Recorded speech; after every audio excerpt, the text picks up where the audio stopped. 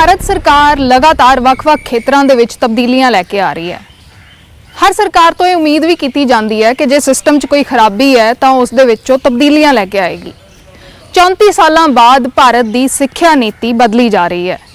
ਪਹਿਲਾਂ 1968 ਦੇ ਵਿੱਚ ਸਿੱਖਿਆ ਨੀਤੀ ਆਈ ਸੀ, ਫਿਰ 1986 ਦੇ ਵਿੱਚ ਨਵੀਂ ਸਿੱਖਿਆ ਨੀਤੀ ਆਈ, ਜਿਸ ਦੇ ਵਿੱਚ 1992 ਦੇ ਵਿੱਚ ਕੁਝ ਚੇਂਜਸ ਕੀਤੀਆਂ ਗਈਆਂ। 2005 ਦੇ ਵਿੱਚ ਕਰਿਕੂਲਮ ਨੂੰ ਚੇਂਜ ਕੀਤਾ ਗਿਆ।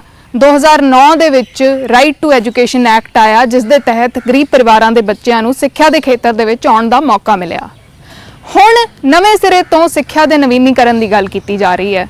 ਇਸ ਨਵੀਨੀਕਰਨ ਦੀ ਜਿੱਥੇ ਸਰਾਹਨਾ ਹੋ ਰਹੀ ਹੈ, ਉੱਥੇ ਕਾਫੀ ਮਾਹਿਰਾਂ ਦੇ ਵੱਲੋਂ ਕੁਝ ਸ਼ੰਕੇ ਵੀ ਜ਼ਾਹਰ ਕੀਤੇ ਗਏ ਨੇ। ਆਓ ਜਾਣਦੇ ਹਾਂ ਕੀ ਚੀਜ਼ਾਂ ਬਦਲੀਆਂ ਨੇ ਤੇ ਕੀ ਚੀਜ਼ਾਂ ਦੇ ਬਾਰੇ ਸ਼ੰਕੇ ਜ਼ਾਹਰ ਕੀਤੇ ਜਾ ਰਹੇ ਨੇ।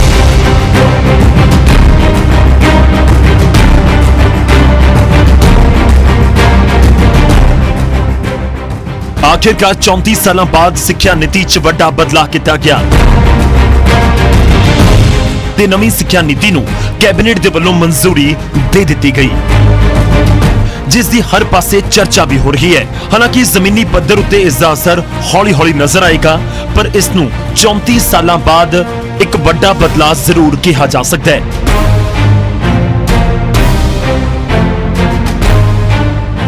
जेकर पहली सिक्ख्या नीति की गल की जाए तो साल 1968 दे विच पहली सिक्ख्या नीति लियांदी गई। दूजी सिक्ख्या नीति 1986 दे विच आई ते फिर 1992 दे विच सिक्ख्या नीति दे विच सोध की गई। साल 2005 विच सोध किया गया ते 2009 दे विच राइट टू एजुकेशन एक्ट लियांदा गया।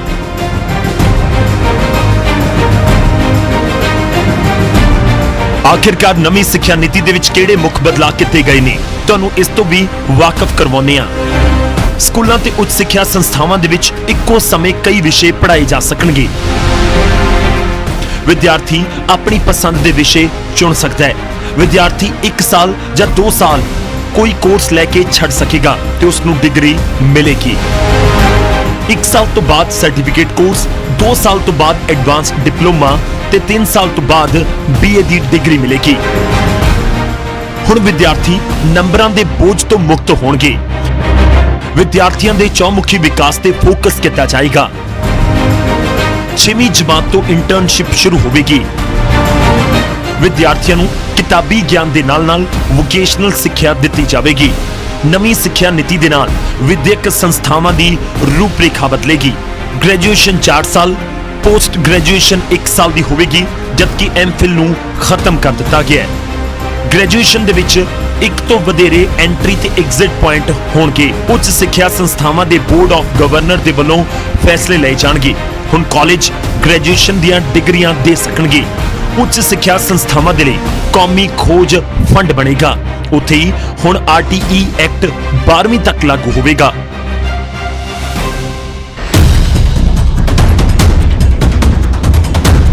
चौंतीस साल बाद सिक्ख्या नीति च वड्डे बदलाव तो बाद हुण इस बदलाव की चर्चा भी होने लगी है।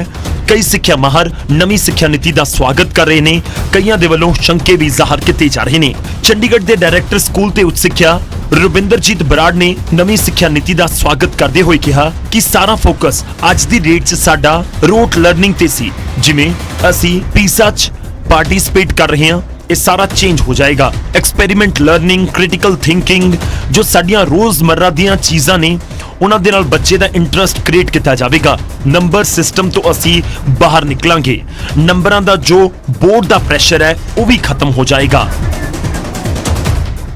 सारा फोकस जिहड़ा अज दी डेट च साडा रोट लर्निंग ते सी, जिवें असी पीज़ा पार्टिसिपेट कर रहे हैं, टोटल चेंज हो जाएगा। एक्सपीरियंशियल लर्निंग, क्रिटिकल थिंकिंग जो साढ़े रोज़मर्रा दी चीज़ां ने उहदे नाल बच्चे दा इंटरस्ट क्रिएट किया जाएगा। और नंबर सिस्टम तो असीं बाहर निकलांगे। नंबरां दी जो प्रेशर है बोर्ड सिस्टम दा है वो खत्म हो जाएगा। स्कूलों का पूरा मुलांकन सिस्टम बदलिया जाएगा। विद्यार्थी खुद नूं इवैल्यूएट करनगे, उन्हां दे सहपाठी उन्हां नूं इवैल्यूएट करनगे ते उन्हां दे टीचर्स उन्हां नूं इवैल्यूएट करनगे। सारा साल ये मुलांकन इस तरह जारी रहेगा। CBSE भी पहला इस किस्म का एक सिस्टम लैके आया सी, लेकिन बाद दे विच फिर तो बोर्ड प्रीख्यावां शुरू करा दित्तियां गईयां। इस दे विच की खामियां रहीआं ते नवां जिहड़ा सिस्टम लिआंदा जा रहा है उस दे विच की तब्दीलियां होणगीआं, की ये सिस्टम कारगर साबित होवेगा, ये तां समां ही दसेगा। ਡਾਇਰੈਕਟਰ ਬਰਾੜ ਨੇ ਸੀਬੀਐਸਈ ਦੇ ਪਹਿਲੇ ਸਿਸਟਮ ਦੀਆਂ ਖਾਮੀਆਂ ਤੇ ਨਵੇਂ ਸਿਸਟਮ ਦੇ ਮੁੱਖ ਅੰਸ਼ਾਂ ਬਾਰੇ ਦੱਸਦਿਆਂ ਕਿਹਾ ਕਿ ਕਈ ਸਕੂਲਾਂ ਨੇ ਉਸ ਦਾ ਗਲਤ ਇਸਤੇਮਾਲ ਕੀਤਾ। ਬੱਚਿਆਂ ਦੇ ਨੰਬਰ ਜ਼ਿਆਦਾ ਆਏ, ਕੰਪੀਟੀਟਿਵ ਸਪਿਰਿਟ ਖਤਮ ਹੋ ਗਈ, ਇਸ ਕਰਕੇ ਬੋਰਡ ਵਾਪਸ ਲਿਆਂਦਾ ਗਿਆ। ਉਹਨਾਂ ਕਿਹਾ ਕਿ ਹੁਣ ਜੋ ਸਿਸਟਮ ਹੈ ਉਸ ਦੇ ਵਿੱਚ ਬੋਰਡ ਰਹੇਗਾ ਪਰ ਬੋਰਡ ਦਾ ਪ੍ਰੈਸ਼ਰ ਨਹੀਂ ਰਹੇਗਾ। ਹੇਠਲੇ ਪੱਧਰ ਉੱਤੇ ਵੀ ਪ੍ਰੀਖਿਆ ਹੋਵੇਗੀ। ਅਸੀਂ ਹੁਣ ਸਿਰਫ ਉਹਨਾਂ ਦੀ ਪ੍ਰੋਗਰੈਸ ਨੂੰ ਦੇਖਣਾ ਹੈ, ਨਾ ਕਿ ਉਹਨਾਂ ਦੇ ਸਕੋਰ ਨੂੰ। ਕਿ ਕਈ ਸਕੂਲਾਂ ਨੇ ਉਹਦਾ ਮਤਲਬ ਗਲਤ ਇਸਤੇਮਾਲ ਕੀਤਾ ਔਰ ਬੱਚਿਆਂ ਨੇ ਬੜਾ 10 ਪਰਸੈਂਟਾਈਲ 100% ਤੱਕ ਨੰਬਰ ਆਉਂਦੇ ਰਹੇ, ਫਿਰ ਕੰਪੀਟੀਟਿਵ ਸਪਿਰਿਟ ਖਤਮ ਹੋ ਗਈ ਤਾਂ ਬੋਰਡ ਨੂੰ ਦੁਬਾਰਾ ਲਾਗੂ ਕੀਤਾ ਗਿਆ। ਹੁਣ ਜੋ ਪ੍ਰੈਜ਼ੈਂਟ ਸਿਸਟਮ ਆ ਉਹਦੇ ਵਿੱਚ ਬੋਰਡ ਰਹੇਗਾ ਪਰ ਬੋਰਡ ਦਾ ਪ੍ਰੈਸ਼ਰ ਨਹੀਂ ਰਹੇਗਾ ਔਰ ਨਿਚਲੇ ਲੈਵਲ ਤੇ 3rd ਔਰ 5th ਔਰ 8th ਦੇ ਵਿੱਚ ਵੀ ਐਗਜ਼ਾਮ ਹੋਏਗਾ। ਅਸੀਂ ਉਹਦੀ ਪ੍ਰੋਗਰੈਸ ਜਿਹੜੀ ਆ ਉਹ ਪ੍ਰੀ ਨਰਸਰੀ ਤੋਂ ਲੈ ਕੇ +2 ਤੱਕ ਉਹਦੀ ਸਿਰਫ ਪ੍ਰੋਗਰੈਸ ਨੂੰ ਅਸੀਂ ਮੈਪ ਕਰਨਾ, ਨਾ ਕਿ ਉਹਦੇ ਸਕੋਰਸ ਨੂੰ ਮੈਚ ਕਰਨਾ। ਇਹ ਮੇਜਰ ਜਿਹੜਾ ਉਹ ਡਿਫਰੈਂਸ ਹੋਏਗਾ ਜਿਵੇਂ ਬਾਹਰਲੇ ਦੇਸ਼ਾਂ 'ਚ। ਸਿੱਖਿਆ ਦੀ ਬਿਹਤਰੀ ਲਈ ਮਾਤ ਭਾਸ਼ਾ ਵਿੱਚ ਪੜ੍ਹਾਏ ਜਾਣ ਦੇ ਫੈਸਲੇ ਦਾ ਚਾਰੇ ਪਾਸਿਓਂ ਸਵਾਗਤ ਕੀਤਾ ਗਿਆ।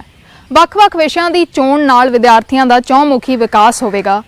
ਮਲਟੀਪਲ ਐਂਟਰੀ ਤੇ ਐਗਜ਼ਿਟ ਦੇ ਨਾਲ ਵਿਦਿਆਰਥੀਆਂ ਨੂੰ ਆਪਣੀ ਪਸੰਦ ਤੇ ਸਮਝ ਮੁਤਾਬਕ ਕੋਰਸ ਛੱਡਣ ਤੇ ਰੋਜ਼ਗਾਰ ਦੇ ਮੌਕਿਆਂ ਦੇ ਲਈ ਤਿਆਰ ਹੋਣ ਦੇ ਵਿੱਚ ਮਦਦ ਮਿਲੇਗੀ। ਪਰ ਸਵਾਲ ਇਹ ਹੈ ਕਿ ਕੀ ਸਰਟੀਫਿਕੇਟ ਕੋਰਸ ਜਾਂ ਐਡਵਾਂਸ ਡਿਪਲੋਮੇ ਤੋਂ ਬਾਅਦ ਉਹਨਾਂ ਲਈ ਰੋਜ਼ਗਾਰ ਉਪਲਬਧ ਹੋਏਗਾ?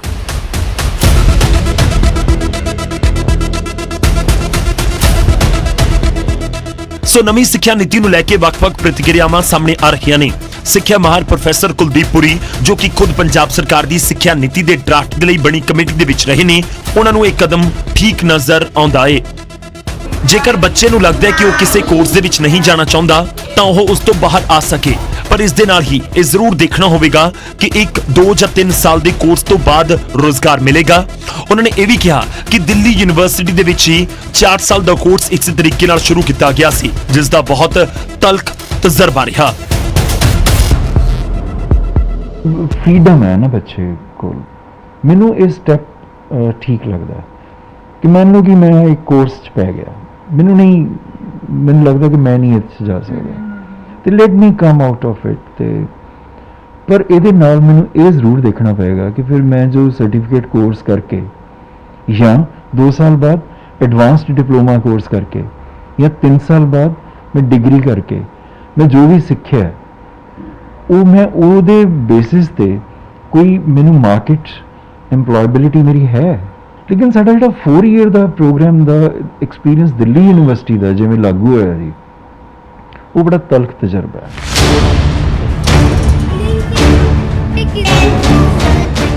ਨਵੀਂ ਨੀਤੀ ਦੇ ਤਹਿਤ ਟੈਕਨੋਲੋਜੀ ਤੇ ਕਾਫੀ ਫੋਕਸ ਰਹੇਗਾ। ਪ੍ਰੋਫੈਸਰ ਪੁਰੀ ਨੇ ਕਿਹਾ ਕਿ ਟੈਕਨੋਲੋਜੀ ਦਾ ਆਪਣਾ ਇੱਕ ਉਪਯੋਗ ਹੈ ਜਿਸ ਤੋਂ ਕੋਈ ਇਨਕਾਰੀ ਨਹੀਂ ਹੋ ਸਕਦਾ, ਪਰ ਜੇ ਤੁਸੀਂ ਇਹ ਕਹਿ ਰਹੇ ਹੋ ਕਿ ਟੈਕਨੋਲੋਜੀ ਸਭ ਕੁਝ ਰਿਪਲੇਸ ਕਰ ਦੇਵੇ,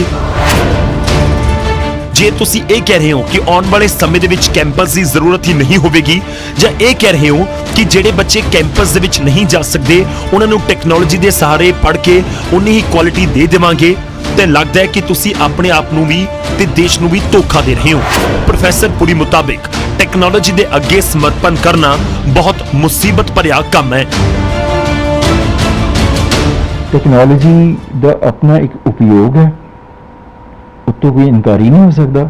ਜੇ ਤੁਸੀਂ ਇਹ ਕਹਿ ਰਹੇ ਹੋ ਕਿ ਟੈਕਨੋਲੋਜੀ ਸਭ ਕੁਝ ਰਿਪਲੇਸ ਕਰ ਦੇਗੀ, ਜੇ ਤੁਸੀਂ ਇਹ ਕਹਿ ਰਹੇ ਹੋ ਕਿ ਸਾਨੂੰ ਕੈਂਪਸਸ ਦੀ ਆਉਣ ਵਾਲੇ ਸਮੇਂ ਵਿੱਚ ਲੋੜ ਹੀ ਨਹੀਂ ਪਏਗੀ, ਜਾਂ ਜੇ ਤੁਸੀਂ ਇਹ ਕਹਿ ਰਹੇ ਹੋ ਕਿ ਜਿਹੜੇ ਬੱਚੇ ਕੈਂਪਸਸ ਦੇ ਵਿੱਚ ਨਹੀਂ ਜਾ ਸਕਦੇ ਤੇ ਉਹਨਾਂ ਨੂੰ ਅਸੀਂ ਟੈਕਨੋਲੋਜੀ ਦੇ ਸਹਾਰੇ ਪੜ੍ਹਾ ਕੇ ਤੇ ਉਨੀ ਕੁਆਲਿਟੀ ਔਰ ਇਕੁਅਲ ਕੁਆਲਿਟੀ ਤੇ ਉਹ ਸਾਰਾ ਕੁਝ ਕਰ ਦੇਵਾਂਗੇ, ਤੇ ਫਿਰ ਮੈਨੂੰ ਇਹ ਲੱਗਦਾ ਕਿ ਤੁਸੀਂ ਆਪਣੇ ਆਪ ਨੂੰ ਨਹੀਂ ਤੇ ਨੇਸ਼ਨ ਨੂੰ ਵੀ ਧੋਖਾ ਦੇ ਰਹੇ ਹੋ। ਉੱਚ ਸਿੱਖਿਆ ਸੰਸਥਾਵਾਂ ਦੀ ਗਵਰਨਿੰਗ ਨੂੰ ਲੈ ਕੇ ਜਿਹੜੀਆਂ ਤਬਦੀਲੀਆਂ ਦੀ ਗੱਲ ਨੀਤੀ ਦੇ ਵਿੱਚ ਕੀਤੀ ਗਈ ਹੈ, ਉਸ ਦੇ ਬਾਰੇ ਕਈ ਪਾਸਿਆਂ ਤੋਂ ਰੋਸ ਜਤਾਇਆ ਜਾ ਰਿਹਾ ਹੈ।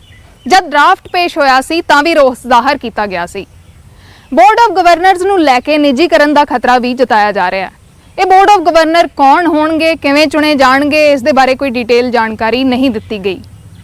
ਨਾਲ ਹੀ ਕੇਂਦਰੀਕਰਨ ਦਾ ਵੀ ਖਤਰਾ ਜਤਾਇਆ ਜਾ ਰਿਹਾ ਹੈ। ਕਿਤੇ ਇਹ ਤਾਂ ਨਹੀਂ ਹੋਵੇਗਾ ਕਿ ਰਾਜਾਂ ਦਾ ਰੋਲ ਉੱਚ ਸਿੱਖਿਆ ਸੰਸਥਾਵਾਂ ਦੇ ਵਿੱਚ ਸੀਮਿਤ ਹੋ ਕੇ ਰਹਿ ਜਾਵੇ।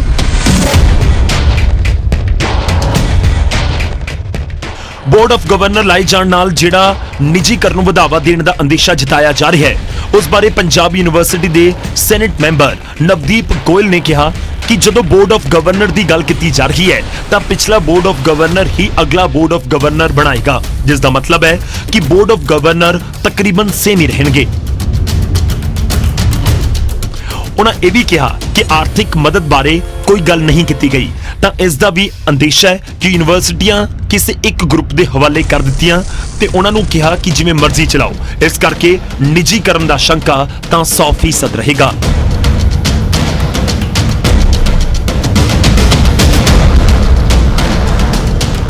ਤੇ ਸਾਡੇ ਲਈ ਬੋਰਡ ਆਫ ਗਵਰਨਰਸ ਸੈਨੇਟ ਹੈ ਇੱਥੇ ਤਾਂ ਪਰ ਨਾਲ ਹੀ ਉਹਦੇ 'ਚ ਇਹ ਕਿਹਾ ਵੀ ਬਹੁਤ ਸਾਰੇ ਉਹਨਾਂ ਨੇ ਐਕਟ ਆਉਣਗੇ, ਹੋਰ ਆਉਣਗੇ ਜਿਹਦੀ ਕਿ ਡਿਟੇਲ ਹਾਲੇ ਤੱਕ ਹੈ ਹੀ ਨਹੀਂ ਹੈ। ਅਗਰ ਅਸੀਂ ਪਲੇਨ ਰੀਡਿੰਗ ਨਾਲ ਦੇਖੀਏ ਤਾਂ ਇਹ ਲੱਗਦਾ ਕਿ ਜੋ ਹੁਣ ਦੀ ਪ੍ਰੈਜ਼ੈਂਟ ਸੈਨੇਟ ਹੈ ਉਹ ਅਗਲਾ ਬੋਰਡ ਆਫ ਗਵਰਨਰ ਇਲੈਕਟ ਕਰੇਗੀ। ਔਰ ਬੜੀ ਇੰਟਰਸਟਿੰਗ ਗੱਲ ਇਹ ਵੀ ਹੈ ਕਿ ਜੀ ਬੋਰਡ ਆਫ ਗਵਰਨਰ ਉਹ ਕਹਿੰਦੇ ਜੀ ਵਾਈਸ ਚਾਂਸਲਰ ਨੂੰ ਸਿਲੈਕਟ ਕਰੇਗੀ। ਜਿਹੜੀ ਫਾਈਨੈਂਸ਼ੀਅਲ ਹੈਲਪ ਗਵਰਨਮੈਂਟ ਕਰਦੀ ਹੈ ਫਾਈਨੈਂਸ਼ੀਅਲ ਇੰਸਟੀਟਿਊਸ਼ਨ ਨੂੰ, ਉਹ ਉਦਾਂ ਹੀ ਕੰਟੀਨਿਊ ਰਹੇਗੀ ਜਾਂ ਉਹ ਘਟਾਉਣ ਦੀ ਤਿਆਰੀ ਹੈ, ਇਹਦੇ ਬਾਰੇ ਕੁਝ ਡਾਊਟ ਜ਼ਰੂਰ ਹੈ।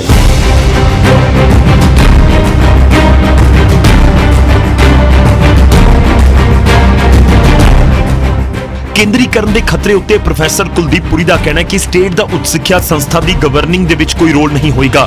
ਇਹਨਾਂ ਦਾ ਬੋਰਡ ਆਫ ਗਵਰਨਰ ਕੇਂਦਰ ਦੇ ਰੈਗੂਲੇਟਰੀ ਕਮਿਸ਼ਨ ਨੂੰ ਜਵਾਬਦੇਹ ਹੋਏਗਾ। ਨਵੇਂ ਸਿਸਟਮ ਵਿੱਚ ਸਟੇਟ ਦਾ ਰੋਲ ਕਾਫੀ ਘਟ ਜਾਏਗਾ, ਖਤਮ ਨਹੀਂ ਹੋਏਗਾ, ਨਾਮ ਦੇ ਮਾਤਰ ਹੀ ਰਹੇਗਾ, ਪਰ ਅਸਲੀ ਕੰਟਰੋਲ ਸੈਂਟਰ ਦੇ ਕੋਲ ਹੀ ਰਹੇਗਾ। ਉਹਨਾਂ ਕਿਹਾ ਕਿ ਇਸ ਪਾਲਿਸੀ ਦੀ ਸਮੱਸਿਆ ਇਹੋ ਹੈ ਕਿ ਕੇਂਦਰੀਕਰਨ ਦੇ ਵੱਲ ਬਹੁਤ ਜ਼ਿਆਦਾ ਫੋਕਸ ਹੈ। ਇੱਕ ਉਦਾਹਰਨ ਦਿੰਦੇ ਹੋਏ ਉਹਨਾਂ ਨੇ ਕਿਹਾ ਕਿ ਹਿੰਦੁਸਤਾਨ ਭਰ ਦੀਆਂ ਜਿਹੜੀਆਂ ਸੰਸਥਾਵਾਂ ਨੇ, ਨੈਸ਼ਨਲ ਟੈਸਟਿੰਗ ਏਜੰਸੀ ਇਹਨਾਂ ਦੇ ਵਿੱਚ ਦਾਖਲੇ ਦੇ ਲਈ ਟੈਸਟ ਲਵੇਗੀ। ਯੂਨੀਵਰਸਿਟੀਆਂ ਆਪਣੇ ਲੈਵਲ ਉੱਤੇ ਟੈਸਟ ਨਹੀਂ ਲੈ ਸਕਣਗੀਆਂ। ਸਟੇਟ ਦਾ ਰੋਲ ਕਾਫੀ ਘਟ ਜਾਏਗਾ, ਖਤਮ ਨਹੀਂ ਹੋਏਗਾ, ਉਹ ਨਾਮ ਦੇ ਵਾਸਤੇ ਤਾਂ ਰਹੇਗਾ, ਲੇਕਿਨ ਜਿਹੜਾ ਮਤਲਬ ਜਿਹਨੂੰ ਆਪਾਂ ਕਹਿੰਦੇ ਸਬਸਟੈਂਸ਼ੀਅਲ, ਜਿਹੜਾ ਅਸਲੀ ਜਿਹੜਾ ਕੰਟਰੋਲ ਹੈ ਉਹ ਸੈਂਟਰ ਦੇ ਕੋਲ ਹੋਏਗਾ। ਐਕਚੁਅਲੀ ਇਸ ਪਾਲਿਸੀ ਦੀ ਇੱਕ ਪ੍ਰੋਬਲਮ ਹੀ ਹੈ ਕਿ ਸੈਂਟਰਲਾਈਜੇਸ਼ਨ ਵੱਲ ਬਹੁਤ ਜ਼ਿਆਦਾ ਇਹਨਾਂ ਦਾ ਰੁਝਾਨ ਹੈ। ਨੈਸ਼ਨਲ ਟੈਸਟਿੰਗ ਏਜੰਸੀ ਹੈ ਜਿਹੜੀ ਟੈਸਟ ਲਏਗੀ ਹਰ ਤਰ੍ਹਾਂ ਦੀ ਐਡਮਿਸ਼ਨ ਵਾਸਤੇ, ਔਰ ਉਹ ਸੈਂਟਰਲ ਟੈਸਟ ਹੋਏਗਾ, ਔਰ ਉਹਦੇ ਮਾਰਕਸ ਦੇ ਬੇਸ ਤੇ ਜਿਹੜੀਆਂ ਯੂਨੀਵਰਸਿਟੀਆਂ ਨੇ ਉਹ ਐਡਮਿਸ਼ਨ ਕਰਨਗੀਆਂ। ਇਹਦਾ ਮਤਲਬ ਕਿ ਯੂਨੀਵਰਸਿਟੀਆਂ ਆਪਣੇ ਟੈਸਟ ਨਹੀਂ ਲੈ ਸਕਣਗੀਆਂ, ਇੰਸਟੀਟਿਊਸ਼ਨ ਆਪਣਾ ਮੈਥਡ ਨਹੀਂ ਫੋਲੋ ਕਰ ਸਕਣਗੀਆਂ, ਉਹ ਨੰਬਰ ਤੇ ਕਰਨਗੀਆਂ।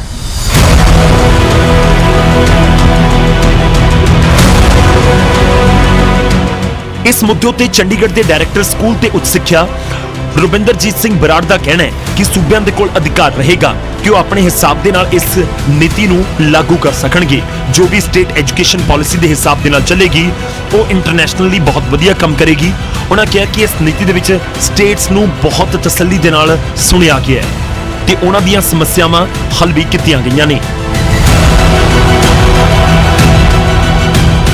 ਐਜੂਕੇਸ਼ਨ ਹਜੇ ਵੀ ਕੰਕਰੈਂਟ ਲਿਸਟ 'ਚ ਹੈ, ਜਿੱਥੇ ਯੂਟੀਜ਼ ਜਿਵੇਂ ਚੰਡੀਗੜ੍ਹ ਵਿਦਾਊਟ ਲੈਜਿਸਲੇਚਰ ਹੈ ਜਾਂ ਹੋਰ ਸੈਂਟਰਲ ਗਵਰਨਮੈਂਟ ਦੇ ਇੰਸਟੀਟਿਊਟਸ ਆ, ਉਹਨਾਂ 'ਚ ਪਾਲਿਸੀ 100% ਲਾਗੂ ਹੋਏਗੀ। ਬਾਕੀ ਸਟੇਟਾਂ ਕੋਲ ਫਿਰ ਵੀ ਅਧਿਕਾਰ ਰਹੇਗਾ ਕਿ ਉਹ ਆਪਣੇ ਹਿਸਾਬ ਨਾਲ ਇਸ ਨੂੰ ਲਾਗੂ ਕਰ ਸਕਣਗੀਆਂ। ਬਟ ਜੇ ਓਵਰਆਲ ਦੇਖਿਆ ਜਾਏਗਾ, ਜੋ ਵੀ ਸਟੇਟ ਐਜੂਕੇਸ਼ਨ ਪਾਲਿਸੀ ਦੇ ਹਿਸਾਬ ਨਾਲ, ਨੇਸ਼ਨ ਦੇ ਹਿਸਾਬ ਨਾਲ ਅੱਛਾ ਚੱਲੇਗੀ, ਉਹਨੂੰ ਇੰਟਰਨੈਸ਼ਨਲੀ ਬੱਚਿਆਂ ਨੂੰ ਫਾਇਦਾ ਹੋਣ ਵਾਲਾ।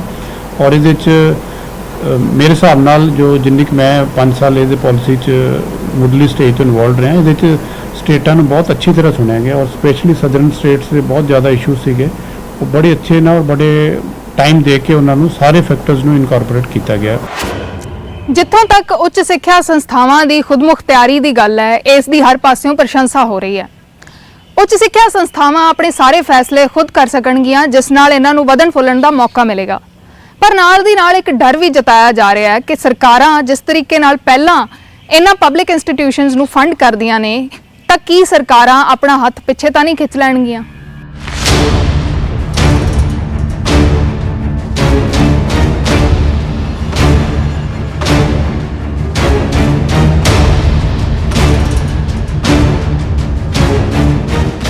ਖੁਦ ਮੁਖਤਿਆਰੀ ਦੀਆਂ ਸਮੱਸਿਆਵਾਂ ਦੱਸਦੇ ਹੋਏ ਪੰਜਾਬ ਯੂਨੀਵਰਸਿਟੀ ਦੇ ਸੈਨੇਟਰ ਪ੍ਰੋਫੈਸਰ ਰਜਤ ਸੰਧੀਰ ਦਾ ਕਹਿਣਾ ਹੈ ਕਿ ਬਦਲਾਅ ਜ਼ਰੂਰੀ ਹੈ ਤੇ ਆਉਣਾ ਵੀ ਚਾਹੀਦਾ ਹੈ।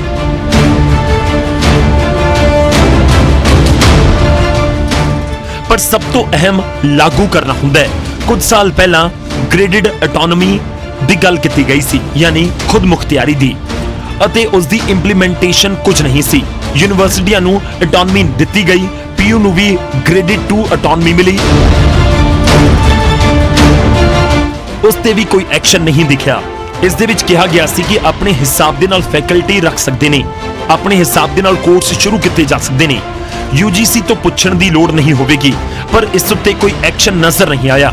ਕਿਸੇ ਯੂਨੀਵਰਸਿਟੀ ਨੇ ਉਸ ਦਾ ਫਾਇਦਾ ਨਹੀਂ ਚੁੱਕਿਆ। ਉਹਨਾਂ ਕਿਹਾ ਕਿ ਫੰਡ ਕਿੱਥੋਂ ਆਉਣਗੇ, ਇਹ ਵੀ ਇੱਕ ਵੱਡੀ ਸਮੱਸਿਆ ਜ਼ਰੂਰ ਹੈ।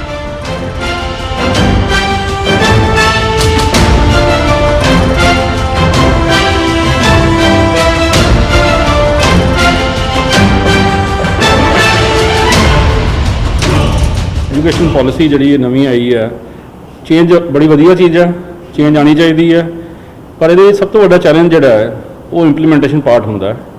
अगर कुछ साल पहले देखो इन्होंने ग्रेडिड आटोनोमी की गल की, आटोनोमी 1 आटोनोमी 2, पर उससे जी इंप्लीमेंटेशन कुछ नहीं सी। यूनिवर्सिटीज़ को आटोनोमी दी गई, वो आटोनोमी मैं तो देखा नहीं, साडी यूनिवर्सिटी को भी ग्रेडिड 2 आटोनोमी मिली। उस ग्रेडिड 2 आटोनोमी ते भी आपां कोई एक्शन देखा नहीं है, ਜਿਹਦੇ ਵਿੱਚ ਇਹ ਕਿਹਾ ਗਿਆ ਸੀ ਆਪਾਂ ਫੈਕਲਟੀ ਆਪਣੇ ਹਿਸਾਬ ਨਾਲ ਰਿਕਰੂਟ ਕਰ ਸਕਦੇ ਹਾਂ, ਆਪਾਂ ਕੋਰਸਿਸ ਆਪਣੇ ਹਿਸਾਬ ਨਾਲ ਇੰਟਰੋਡਿਊਸ ਕਰ ਸਕਦੇ ਹਾਂ, ਕੋਈ ਪਰਮਿਸ਼ਨ UGC ਦੀ ਲੈਣ ਦੀ ਲੋੜ ਨਹੀਂ ਹੈ। ਪਰ ਉਹ ਐਕਸ਼ਨ ਦਿਖਿਆ ਨਹੀਂ ਸਾਨੂੰ ਕਿਤੇ ਵੀ, ਕਿਸੇ ਯੂਨੀਵਰਸਿਟੀ ਨੇ ਨਹੀਂ ਉਹਦਾ ਫਾਇਦਾ ਚੱਕਿਆ। ਤਬਦੀਲੀ ਤੋਂ ਬਿਨਾਂ ਵਿਕਾਸ ਸੰਭਵ ਨਹੀਂ। ਅਕਸਰ ਮੌਜੂਦਾ ਸਿਸਟਮ ਨੂੰ ਹੌਲੀ-ਹੌਲੀ ਤਬਦੀਲ ਕਰਕੇ ਉਸ ਦੀ ਬਿਹਤਰੀ ਦੇ ਵੱਲ ਲਿਜਾਇਆ ਜਾਂਦਾ ਹੈ, ਪਰ ਨਵੀਂ ਸਿੱਖਿਆ ਨੀਤੀ ਦੇ ਮੁਤਾਬਕ ਨਵੇਂ ਸਿਰਿਓਂ ਐਜੂਕੇਸ਼ਨ ਸਿਸਟਮ ਤਬਦੀਲ ਕੀਤਾ ਜਾਏਗਾ, यानी कि जड़ों पुट के एक नवा सिस्टम तैयार किया जाएगा। इस दा असर की होएगा ये तो आने वाला समा ही दसेगा। कैमरामैन अशोक बैनीपाल ते विनोद कुमार दे नाल अर्शदीप अर्शी, चंडीगढ़।